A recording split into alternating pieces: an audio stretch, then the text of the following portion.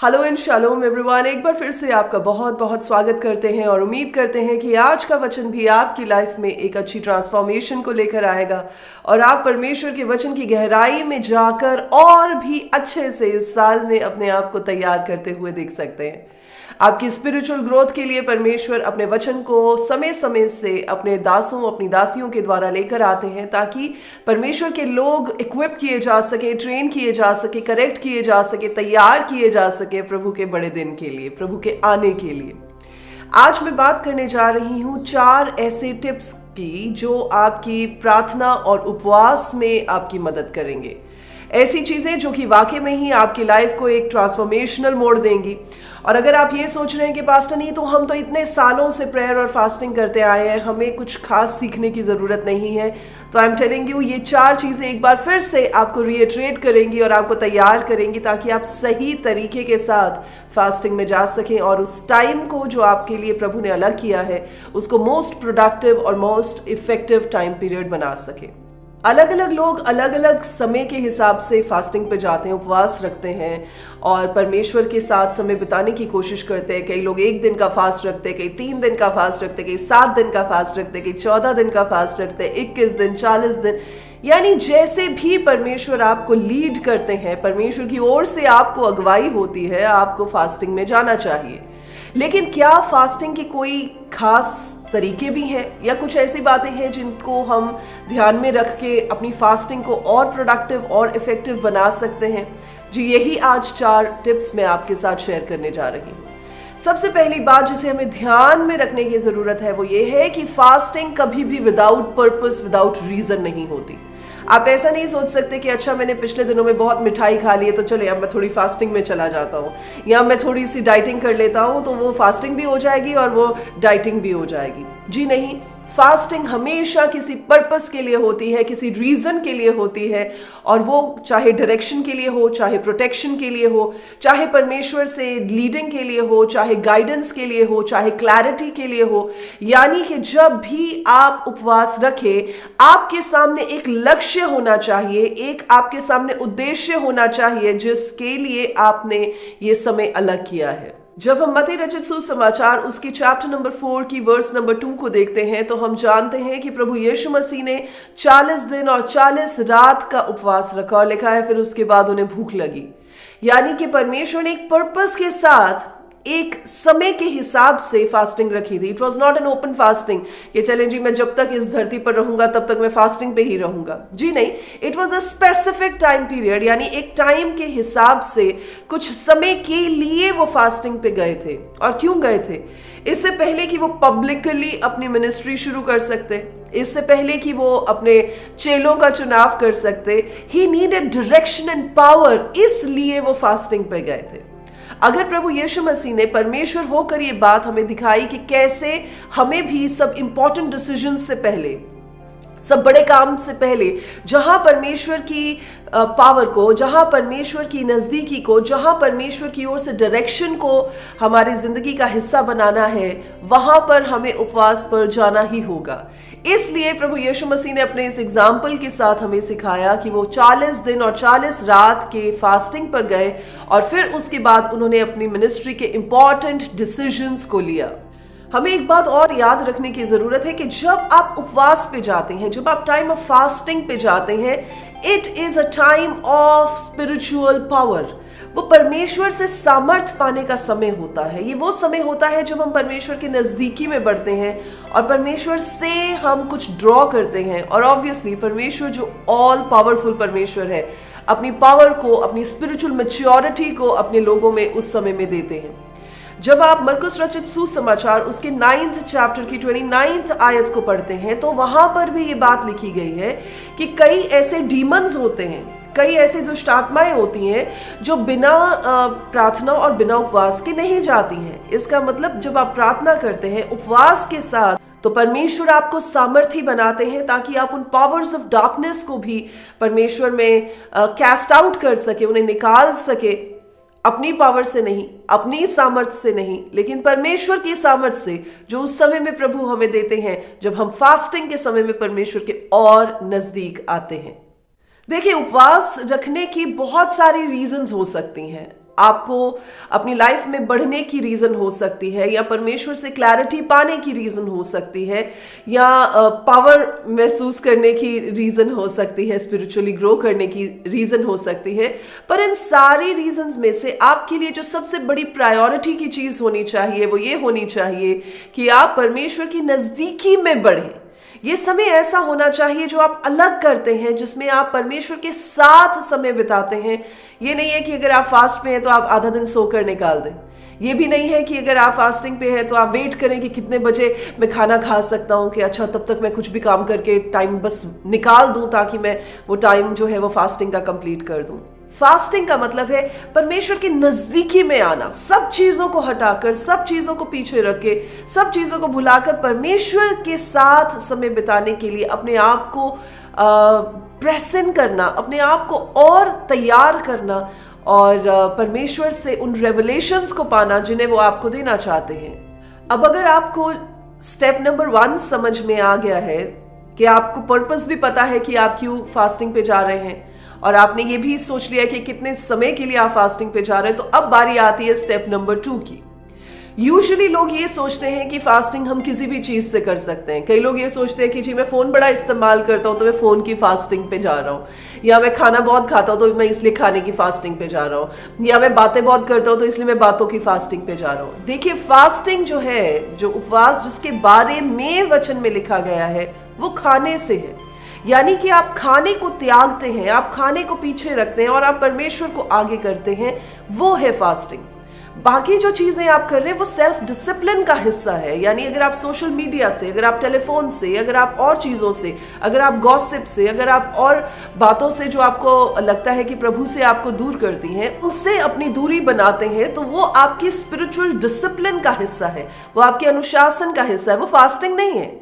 Fasting के बारे में सिर्फ ये ही है मेंशन जो बाइबल में है कि खाने से आप उपवास रखते हैं, खाने से एब्सटेन करते हैं अपने आप को। जबकि आप संत मत्ती रचित सुसमाचार उसके चैप्टर नंबर 4 को देखते हैं तो दूसरी और तीसरी आयत में, जैसे हमने पहले भी दूसरी आयत में पढ़ा कि 40 दिन और 40 रात के रोजे पर प्रभु यीशु मसीह रहते हैं, और उसके बाद तीसरी आयत में लिखा है कि तब परखने वाला इब्लीस क्या करता है, आकर परमेश्वर से कहता है कि अगर तू परमेश्वर का पुत्र है तो कह दे इन पत्थरों को कि वो रोटी बन जाए। दैट मीन्स जो सबसे बड़ी टेम्पटेशन थी, 40 दिन 40 रातों के बाद प्रभु को भूख लगी। दैट मीन्स उन्होंने और किसी चीज की फास्टिंग नहीं करी कि हाँ मैं अपने सारे रिलेटिव से फास्टिंग पे जा रहा हूं, विलेज से दूर जा रहा हूं तो ये फास्टिंग है। जी नहीं, उन्होंने खाने से फास्टिंग करी, खाने से ही उन्हें टेम्प्ट भी किया गया। तो इससे पता चलता है कि खाने की फास्टिंग के साथ ही आप परमेश्वर की और नजदीकी में बढ़ते हैं, और यही वो सही तरीका है फास्टिंग का, जो आप करके परमेश्वर में और बलवंत और सामर्थी बन सकते हैं। दानियल की किताब में भी जब आप देखते हैं तो बहुत बार लिखा है कि दानियल ने चीजों को छोड़ा, पर वो फास्टिंग नहीं थी, वो एक तरीका था उसका मोर्न करने का, उसका मातम मनाने का, और अपने आप को उन चीजों से दूर रखने का जो उसे परमेश्वर और उसके बीच में आती हुई नजर आती थी। सो इसलिए जब भी आप उपवास रखें, आप खाने की फास्टिंग पे जाएं। और अगर आपको लगता है कि जी मैं खाने के बगैर रह नहीं पा रहा हूँ और मेरे अंदर से कुछ हो रहा है और मेरी बॉडी जो है वो रिएक्ट कर रही है और मुझे दवाई खानी है, और तो आप अपनी फास्टिंग उस हिसाब से रख सकते हैं, या आधे दिन की फास्टिंग कर सकते हैं, या पूरे दिन की फास्टिंग कर सकते हैं, या बीच में कुछ पी सकते हैं, कुछ ऐसी लिक्विड्स ले सकते हैं जिनके साथ आपकी बॉडी जो है वो सस्टेन की जा सके उतने टाइम पीरियड के लिए, जब तक कि आप उस उपवास को कंप्लीट नहीं कर लेते। तो आपका उपवास प्राइमरीली इस बात को दिखाना चाहिए कि आप फिजिकल फूड से अपने आप को दूर कर रहे हैं, अब्सटेन कर रहे हैं, लेकिन आप स्पिरिचुअल फूड जो कि परमेश्वर का वचन है उसके साथ अपने आप को जोड़ रहे हैं। तो अब इस समय में आप क्या करते हैं, आप अपनी फिजिकल बॉडी को, अपनी सेल्फ है जो आपकी अपनी ईगो है, उसे मरने का मौका देते हैं, उसे वीक होने का मौका देते हैं, और आप अपने इंटरनल जो स्पिरिचुअल बीइंग है उसे और मजबूत होने का मौका देते हैं। तो किसके साथ वो मौका मिलता है, वो स्पिरिचुअल फूड खाकर, यानी कि परमेश्वर के वचन को खाकर आपका स्पिरिचुअल बीइंग जो है वो और मजबूत हो जाता है। तो ये है स्टेप नंबर 2। टिप नंबर 3 जिसे मैं कहूंगी वो ये है कि आप अपने आप और परमेश्वर के बीच इस फास्टिंग को रखें। देखिए, जब आप मत्ती रचित सुसमाचार उसके चैप्टर नंबर 6 को पढ़ते हैं तो वहां पर 16 से 18 आयत में इस बात को लिखा गया है कि कपटियों की मानद, हिपोक्रेट्स की मानद ना करें कि सबको बताएं मैं फास्टिंग पे हूं। लोगों को दिखाने के लिए अपनी फास्ट ना रखें, अपने उपवास को इसलिए ना रखें कि आप लोगों को ये दिखाना चाहते हैं कि आप कितने धर्मी हैं, पर इसलिए रखें ताकि आप परमेश्वर की नजदीकी में बढ़ सकते हैं। देखिए वचन में ऐसा लिखा है कि अपना फेस जो है ऐसा सा ना बना ले मातम जैसा कि सब देख के पूछे कि हाँ जी क्या हुआ, और सबको पता चल जाए कि आप फास्ट पे हैं। पर वचन बताता है कि अपने आप को ऐसा इक्विप्ड रखें, साफ सुथरा रखें, अपने तेल जो है सर पर मल के रखें, अपने चेहरे को संवार के रखें ताकि किसी को पता भी ना चले कि आप इस टाइम पे फास्टिंग के टाइम में हैं।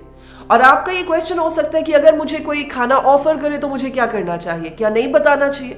क्या मुझे अपने घर के लोगों को नहीं बताना चाहिए? देखिए जो लोग आपके साथ क्लोजली एसोसिएटेड हैं उन्हें आप बताएंगे क्योंकि वो आपका साथ देंगे। अगर आपका कोई जान पहचान वाला और आपको ऑफर करता है खाने के लिए तो आप उन्हें कह सकते हैं कि मैं बाद में खाना खा लूंगा या मैं कुछ समय के बाद खाना खा लूंगा, अभी मेरा खाने का समय नहीं हुआ है। तो आपको सबको ढिंडोरा नहीं पीटना है कि आप फास्टिंग पे हैं, आप उपवास में हैं और आपका जो दम निकलता जा रहा है, आपकी हालत खराब हो रही है। It is just between you and God. और जब आपकी और परमेश्वर के बीच में रहता है और आप परमेश्वर को ये बताते हैं कि आपको जो है प्रायोरिटी देता हूं, आपके साथ समय बिताने को प्रायोरिटी देता हूं और ये क्वालिटी टाइम मेरे लिए मैटर करता है, तब आप परमेश्वर से वो ड्रॉ कर सकते हैं जिसे आप परमेश्वर से पाना चाहते हैं। चाहे वो डायरेक्शन है, चाहे वो प्रेम है, चाहे वो स्पिरिचुअल मैच्योरिटी है और चाहे वो परमेश्वर से गाइडेंस है। सो इसलिए आपको ये याद रखना, this is a time between you and God.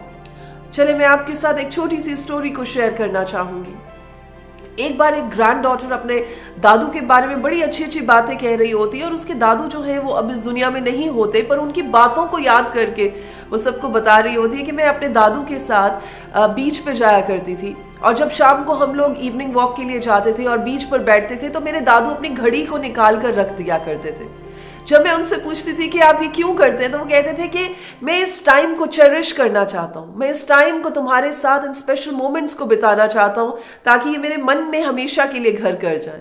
और मैं ये चाहता हूँ कि तुम भी इस समय को अच्छा जानो, तुम भी इस समय को ये जानो कि मैंने और किसी चीज को तुमसे ऊपर प्रायोरिटी नहीं दी है। I just want to spend time with you, मैं सिर्फ तुम्हारे साथ समय बिताना चाहता हूँ।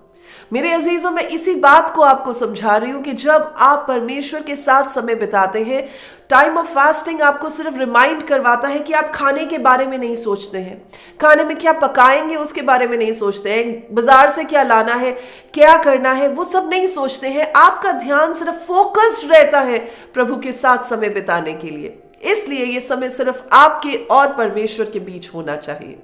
तो जब आप प्रभु के पास आए, जब आप प्रभु की नजदीकी में आए, फास्टिंग के टाइम में आए, तो अपने आप को घड़ी को बार बार देखने में मजबूर मत करें, लेकिन परमेश्वर के लिए और अपने लिए टाइम को स्पेशल बनाएं।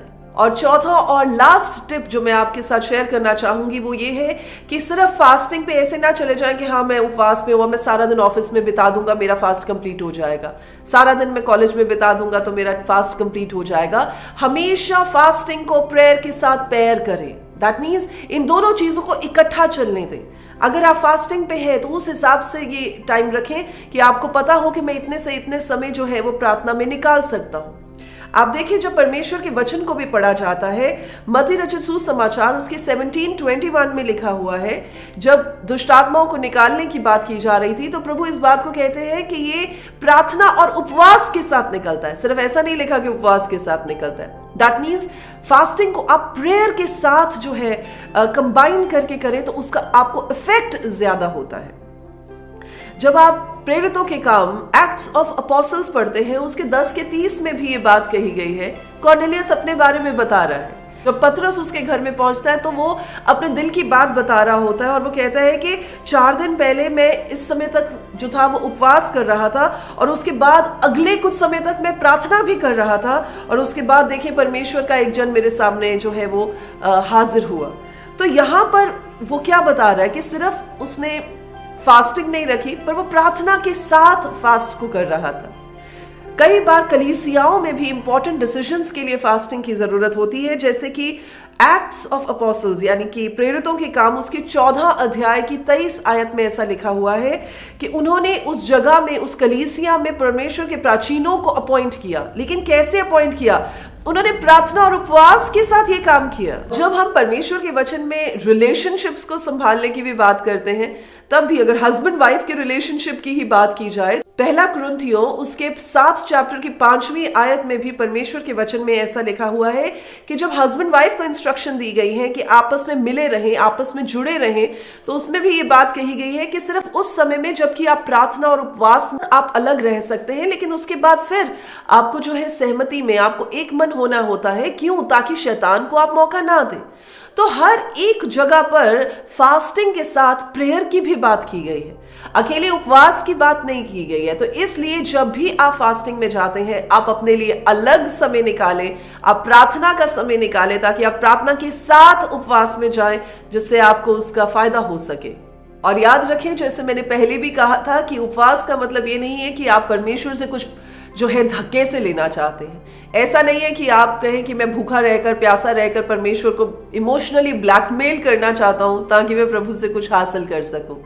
फास्टिंग पे, प्रार्थना पे जाने का मतलब यह है कि आप परमेश्वर को पहला स्थान देते हैं, पहली जगह देते हैं, परमेश्वर के साथ जुड़ने के लिए अपनी विलिंगनेस को शो करते हैं और इस बात को बताते हैं कि प्रभु मेरे लिए आप मायने रखते हैं। सो मेरा विश्वास है कि आज के इस वचन के साथ और आज के इन 4 टिप्स के साथ आप अपनी जिंदगी को एक बेहतर जिंदगी बना सकते हैं।